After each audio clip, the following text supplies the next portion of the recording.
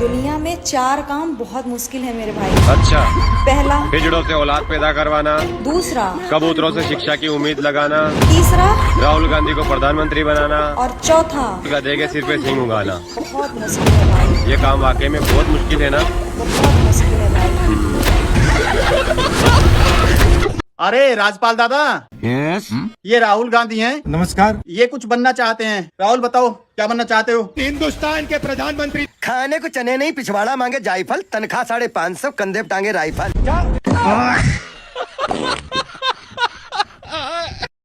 जंतर मंतर में बच्चे इतने पीसफुली प्रोटेस्ट कर रहे हैं, पुलिस वालों उनको मार रहे हैं, वहां उनको कोई खाने देने वाला नहीं, उनको पानी देने वाला नहीं, बेचारे भूखे प्यासे बिलख रहे हैं। बीजेपी सरकार में इतने बुरे दिन देखने पड़ रहे हैं। हमारी सरकार होती तो कभी ऐसा नहीं होता। अबे राहुल गांधी जी, तुम्हें बच्चे नहीं दिख रहे? रांची में प्रोटेस्ट करते हो, बेचारे भूखे मारे रोए जा रहे हैं, उनकी कुछ तो भी कर लो। अरे कहाँ है? अरे रांची में तुम्हें दिख नहीं थे? जंतर मंतर के तो बहुत जल्दी दिख गए थे। अरे कहाँ है? तुम गोदी मीडियो से क्या? जय श्री राम दोस्तों, चैनल पर नए आए हैं तो चैनल को लाइक करें, कमेंट करें, सब्सक्राइब करें। अगर जीरो की खोज आर्यभट्ट ने की थी तो 10 रावण के सिर और 100 कौरवों के पुत्र, ये किसने लिखा था? मेरी बहन आर्यभट्ट ने जीरो की खोज नहीं करी थी, उन्होंने इसका स्थानीय मूल्य किया था। समझ नहीं आया ना? आओ एग्जांपल से समझाती हूँ। जैसे कि पप्पू चमन के 1 लाख निजायज लाभ है। अब मैं तुम्हारा स्थानीय मूल्य करूंगी कि तुम कौन सा नंबर पे आती हो? 76। स्टूडेंट्स की बहुत परवाह है आपको, तो आप झारखंड क्यों नहीं जा रहे हैं? जेपीएससी और जेएसएससी पेपर लीक हुआ है, आप जैसे लोगों को चूड़ियां पहन लेनी चाहिए। आप सही बोल रही हो। ये तो आप खुद को ही एक्सपोज कर रहे हो। स्टूडेंट्स के लिए रांची जाइए। मैं नहीं जाऊंगा, मुझे टाइफाइड है। वैसे भी कोई मुझे पागल समझकर रांची पागल खाना ले गया तो? मतलब आप उधर के स्टूडेंट्स को सपोर्ट नहीं करेंगे। 50 लाख चला गया है, मुंह से कुछ नहीं निकलना चाहिए, और झारखंड आने की जरूरत भी मत करना। Okay sir. कुछ बोलो। केंद्र में किसकी सरकार है? बीजेपी की। तो जिम्मेदारी किसको लेनी चाहिए, आप बताओ मुझे। आप थोड़ा पागल हो क्या? इसलिए तो रांची जाने से डर लग रहा है। अच्छा, आप झारखंड नहीं जाओगे तो जुनैद को ही भेज दो, इसी बहाने बच्चे कुछ खा पी लेंगे। पुलिस उससे पूछताछ कर रही है, उसे परेशान कर रही है कि इतने पैसे कहाँ से आए। फिर वही बात आ जाती है, धर्म करो और धक्का खाओ। अब पुलिस अपना काम भी ना करे। अच्छा ये सब छोड़ो, कम से कम सोनम वांगचुक जी को हंगर स्ट्राइक करने के लिए ही भेज दो। अब क्या बोलूं, अब समय आ गया है ब्रह्मास्त्र का उपयोग करने का। अंधभक्त हो तुम और गद्दी मीडिया हो। छत्तीसगढ़ में एक साथ 111 लोगों ने इस्तीफे दिए। लेकिन तू क्यों खुश हो रही है? वो इस्तीफा देके अपने अपने घर जाएंगे, तेरे पास थोड़ी ना आएंगे। तेरे ग्राहक नहीं बनने वाले वो। देख क्या डर, किस बात का डर? सीजीबी प्रोटेक्स के क्या? सीजीबी प्रोटेक्स, फिर से बोल। सीजीबी प्रोटेक्स। अच्छा, प्रोटेक्शन की बात कर रही है। तुझे तो प्रोटेक्शन ही याद रहेगा ना। तू प्रोटेक्शन नहीं लेगी तो कौरवों की सेना तेरे घर में खेलने लग जाएगी। तो भाई साहब, जब से मोदी प्रधानमंत्री बने हैं तब से अब तक कई प्रोटेस्ट हुए हैं, जिनमें लेटेस्ट कॉकरोचों का था। और इन प्रोटेस्टों में क्या क्या हुआ है वो देखते हैं। तो सबसे पहला प्रोटेस्ट था अवार्ड वापसी गैंग का, जिसमें एक के बाद एक सेलेब स्टेट के द्वारा मिले अवार्ड को वापस कर रहे थे। लिहाजा मैं ये अवार्ड और ये दोनों मैं एबीपी के सामने मैं वापस करता हूँ। ऐसे 40 लोगों ने अवार्ड वापस कर दिए थे as a mark of protest. इनका कहना था इंटॉलरेंस बहुत बढ़ गई है भाई साहब। पर बाद में साहित्य अकेडमी के प्रेसिडेंट ने खुद बताया कि ये पूरा का पूरा ड्रामा पॉलिटिकली मोटिवेटेड था। फिर प्रेस क्लब ऑफ इंडिया में सारे के सारे पत्रकार इकट्ठे हुए और प्रोटेस्ट किया जब गौरी लंकेश की हत्या हुई। और इस प्रोटेस्ट में रवीश कुमार ने स्पीच दी कि हमारा प्रधानमंत्री गुंडा जैसा लोगों को फॉलो करता है। मुझे दुख है कि जिस व्यक्ति को हिंदुस्तान की जनता इतनी चाहत से गद्दी सौंपी है, वो व्यक्ति ऐसे लोगों को फॉलो करता है जो किसी के मरने पर कुतिया लिखता है। और कमाल की बात है भाई साहब, आज राहुल गांधी और कांग्रेस गालीबाज लड़कियों को बचा रही है। सीजेपी खुले में कह रही है गाली देने से क्या हो गया भाई, और गाली देना कोई अपराध नहीं है। लेकिन जो रवीश कुमार मात्र कुतिया कहने पे भड़क उठा था, अब वो किसी की मरी हुई माँ को गाली देने में भी नहीं भड़क रहा है। तो सवाल तो उठेंगे ना सर आपकी इंटेंशन के ऊपर। फिर एनटीसीए एनआरसी प्रोटेस्ट हुआ, जिसमें बॉलीवुड से लेके अगर इसको कोई देश से निकालने की बात करेगा ना तो सामने गोली खाऊंगा। हॉलीवुड के पिंक फ्लॉयड तक सब सामने आ गए। और भाई साहब देखो 2019 से 2026 आ गया और अभी तक एक भी मुसलमान को देश से बाहर नहीं निकाला गया है। कब निकालोगे मोदी जी, हमें तो बता दो। फिर अगला प्रोटेस्ट किसानों ने किया 3 नए फार्म लॉज के अगेंस्ट। मतलब फायदा किसानों को होगा, बता रहे व्यापारियों को, ये गणित समझ में नहीं आया। 1 साल तक ये प्रोटेस्ट चला। ग्रेटा थनबर्ग से लेके मियां खलीफा तक, रिहाना से लेके खालिस्तानी तक सब इस प्रोटेस्ट में आ गए। कमाल की बात तो ये थी कि जिस अंबानी के अगेंस्ट रिहाना फार्मर्स प्रोटेस्ट में खड़ी थी, उसी अंबानी के लड़के की शादी में 2 साल बाद नाचने भी आ गई। वैसे ग्रेटा थनबर्ग ने एक ट्वीट में पूरी टूल किट भी लीक कर दी थी और उससे पता चल गया था कि ये पूरा का पूरा प्रोटेस्ट पेड था। फिर सुप्रीम कोर्ट की एक समिति बनी जिसने इन तीनों बिल्स के इम्पैक्ट को जानने की कोशिश की और उससे पता चला कि ये तीनों बिल्स एक्चुअली किसान के फेवर में थे और किसान की आमदनी को बढ़ा देते। पर फिर भी फार्म लॉज वापस ले लिए गए और किसानों की स्थिति जैसी की तैसी बनी रही। क्या फायदा हुआ भाई साहब। उसके पहले जेएनयू में स्टूडेंट्स का प्रोटेस्ट हुआ था जिसमें दीपिका पादुकोण भी गई थी। मुद्दा था कॉलेज के 2 गुटों की लड़ाई हो गई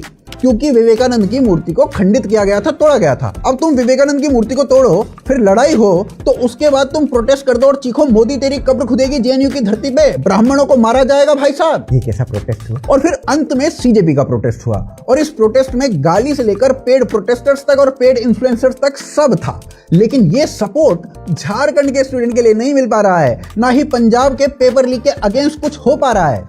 अब बताओ क्या ये सारे प्रोटेस्ट पॉलिटिकल नहीं है? प्रधानमंत्री जी नमस्कार। आप ट्रंप की गुलामी छोड़िए, देश की जनता का ख्याल रखिए। अबे साले। और केजरीवाल साहब ने 1 महीने पहले आपसे चिट्ठी लिख के समय मांगा था, आज तो कम से कम आप जरूर मिल लीजिए। तेरे बाप का नौकर हूं मैं।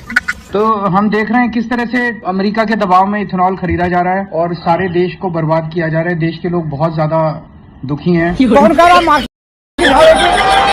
तो ट्रंप ने दबाव डाला है मोदी जी के ऊपर कि आप अमेरिका का इथेनॉल खरीदिए, तो ट्रंप के सामने मोदी जी की चलती नहीं है। ये तुझे कैसे पता चला?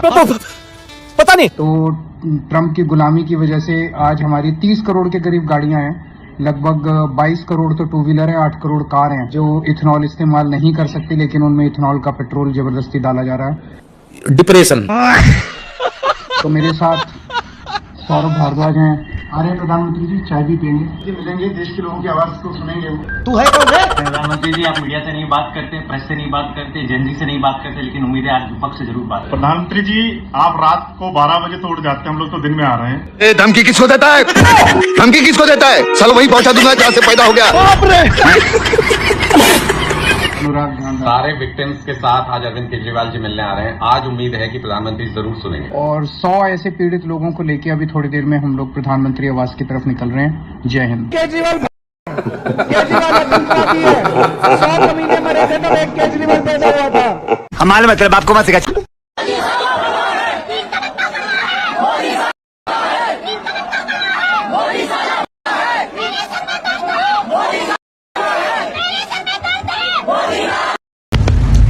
मेरा नाम मन्नत है और अभी कुछ दिनों पहले जंतर मंतर के प्रोटेस्ट में जो एक वीडियो वायरल हुई थी उसमें मैं ही हूँ।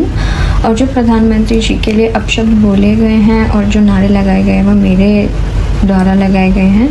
उस समय लोगों के बहकावे में आके वो मैंने बोल दिया और लोगों ने मुझसे बोला भी कि आप बोलिए, तो मैंने बोल दिया। उसके बाद मुझे जाके इस चीज़ का गहरा पछतावा हुआ और इस विषय में मैं आप सबसे माफ़ी मांगती हूँ और ऐसी गलती ना हो उस चीज़ का मैं ध्यान रखूँगी। मैं तहे दिल से सबका सम्मान करती हूँ और मुझे मेरी गलती मानने में कोई प्रॉब्लम नहीं है, कोई आपत्ति नहीं है और मैं मेरी गलती तहे दिल से मानती हूँ।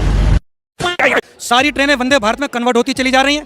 जो अच्छा मुद्दा यह है कि बहुत जो गरीब क्लास का आदमी है उसको ट्रेन की टिकट नहीं मिल रही। अभी बता दे भाई, गरीब क्लास का आदमी ट्रेन की टिकट नहीं पड़ सकता है। आप मेरे भाई से ये पूछो ही ना कहाँ की टिकट चाहिए, मैं अभी करा के देता हूँ। टिकट नहीं बोल रहे भाई, सब गरीब अब जा नहीं सकता ट्रेन। मैं कह रहा हूँ कैसे जाए, पैदल जाएगा क्या? उसकी जा सकता है, उसकी इनकम कितनी है? इनकम है आपके हिसाब से बेरोजगारी बहुत है। अभी मजा आएगा ना भिड़ो। आपकी क्वालिफिकेशन कितनी है? 12th पास है। 12th पास है। 0.2 में 0.20 यदि गुणा करो कितना आएगा? नकल मार के पास हुए थे, आगे बोलो। तो फिर बेरोजगारी ये है, ये है बेरोजगारी, ये बेरोजगारी है। इन्हें एसडीएम बना दो, इन्हें डीएम बना दो। ये मजदूरी नहीं करेंगे, ये डीएम मजदूरी नहीं करेंगे, ये डीएम बनेंगे।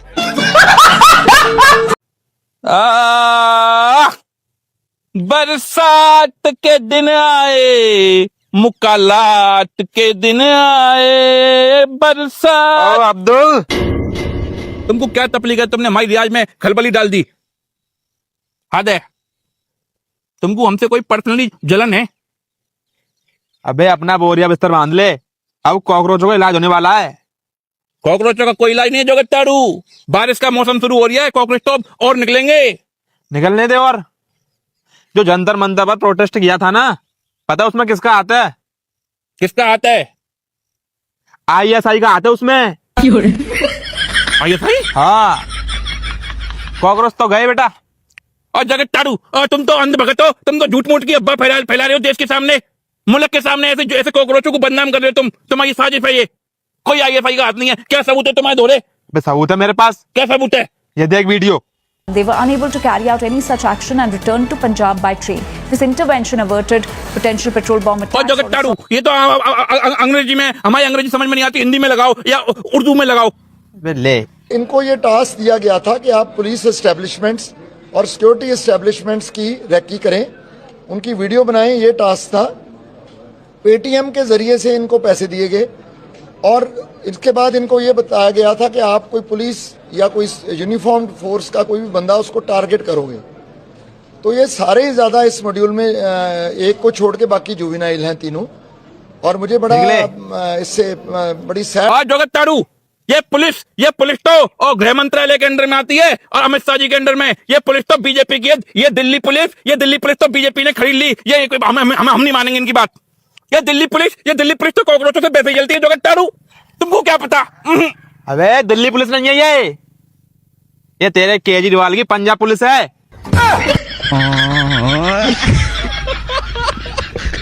पंजाब पुलिस? हाँ।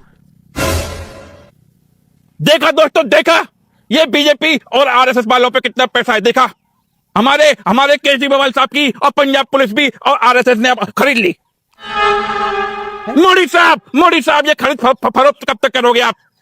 ये पंजाब पुलिस हमारी पुलिस। आप लोगों की भाषा कैसे बोल रही है, हमको तो ये समझ में नहीं आ रही है। जो मोदी साहब, अब दो इस्तीफा।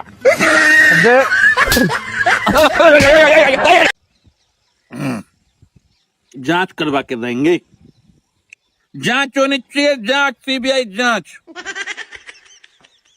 सीबीआई जांच करवाएंगे हम। अब्दुल कद्दार, अबे किसकी सीबीआई जांच करवा रहा है? दारू निकली आ रही है क्या? दारू की जांच नहीं करवा रहे जोगट्टारू। फिर हम जांच करवाएंगे अपने नमाजबादी अकलेश भैया की। अकलेश की? हाँ, उसकी जांच करवाएंगे, सीबीआई जांच।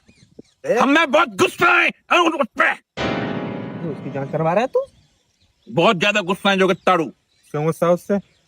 देखो, वो बिहार का झोटा पप्पू यादव और इतनी मेहनत करके पार्लियामेंट में वो साधु बन के और तुम्हारे काफिरों को मजाक उड़ाया। हमारे दिल को सुकून मिला।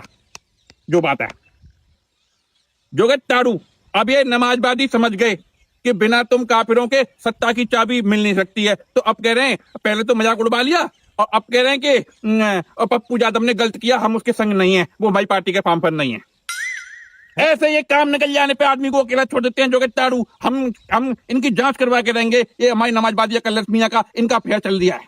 अफेयर चल रहा है अकलेश का? हाँ, अफेयर चल दिया इनका। पप्पू हमारे नमाजबादी अकलेश मियां का अफेयर चल दिया है और बिहार के झूठे पप्पू यादव की माँ से। हाँ जोगट्टारू, पप्पू यादव ने खुद कहा है कि अकलेश मियां और उनके जो चचा हैं वो हराम गोपाल यादव और अकलेश मियां, ये दोनों उसके बाप के समान है? हाँ, ऐसा कहा है। तो हमारी सरकार से डिमांड है, ये जांच करी जाए। ये जो माँ झूठा है बिहार का पप्पू यादव, इसकी माँ से कैसे संबंध रहे अकलेश मियां की, इसकी जांच होनी चाहिए जोगट्टारू। तभी अपनी बेगम के पास नहीं जाते हैं। इनकी बेगम तुमने देखा होगा जंतर मंतर पे दूसरों की और छाती के बटन खोलती दिखती थी। तभी ये सब हो रहा है जोगट्टारू। इसकी जांच होनी चाहिए। धोखा दिया नमाजवादी लोगों ने हमको।